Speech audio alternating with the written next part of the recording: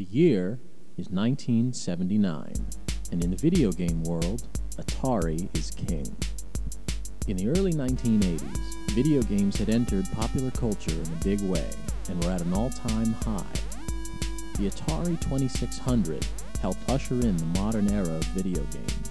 Fueled by adaptations of popular arcade classics, over 10 million units had been sold by 1982. It was in the midst of this success that Atari decided to capitalize on the modern resurgence of popularity in fantasy fiction, and it was planned that they would release a series of 4 video games, each themed after the 4 elements. Contained within each game was a puzzle, a hidden phrase. Those able to decipher the hidden message would compete with one another for a lavish prize, valued at $25,000. The champion of the first game was to receive a golden talisman set with diamonds and jewels. The second would receive a gold and platinum chalice. The third, a crown fit for a king, beset with countless gems. The fourth, a stone of pure white jade encased in a gold and jeweled box. And then, each of the 4 champions from each game would compete with one another for one final prize. With a blade of solid silver and a handle of gold, diamonds, and jewels. The sword of ultimate sorcery, the most valuable of the prizes, valued at $50,000, was to go to the best of the 4, hence the name of the series, Swordquest. October 1982, the first game of the series, Earthworld, was released to the world. Gamers embraced the challenge, and after several months, 7 players had correctly guessed the hidden message. They gathered to compete with one another to get as far as possible in a very difficult set of challenges, and before the day was out, Stephen Bell came out as the victor. He walked away with the gold talisman as his prize. From there, the contest gained momentum, and in February 1983, the second game was released to a whole new batch of waiting gamers.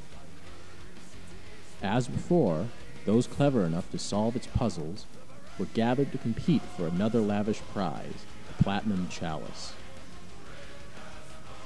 From that battle, there came another victor, Michael Ridout, who after several hours of grueling play, got to keep the chalice as his very own.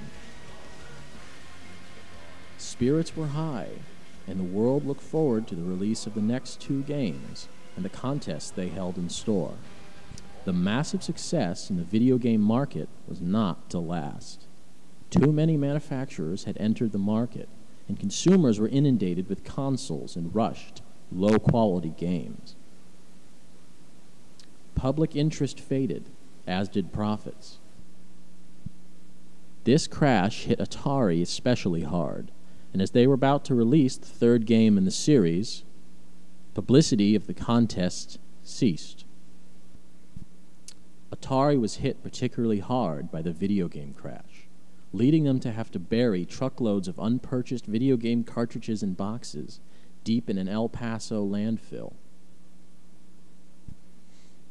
Included in the trash buried were most of the 3.5 million unsold copies of the failed E.T. video game.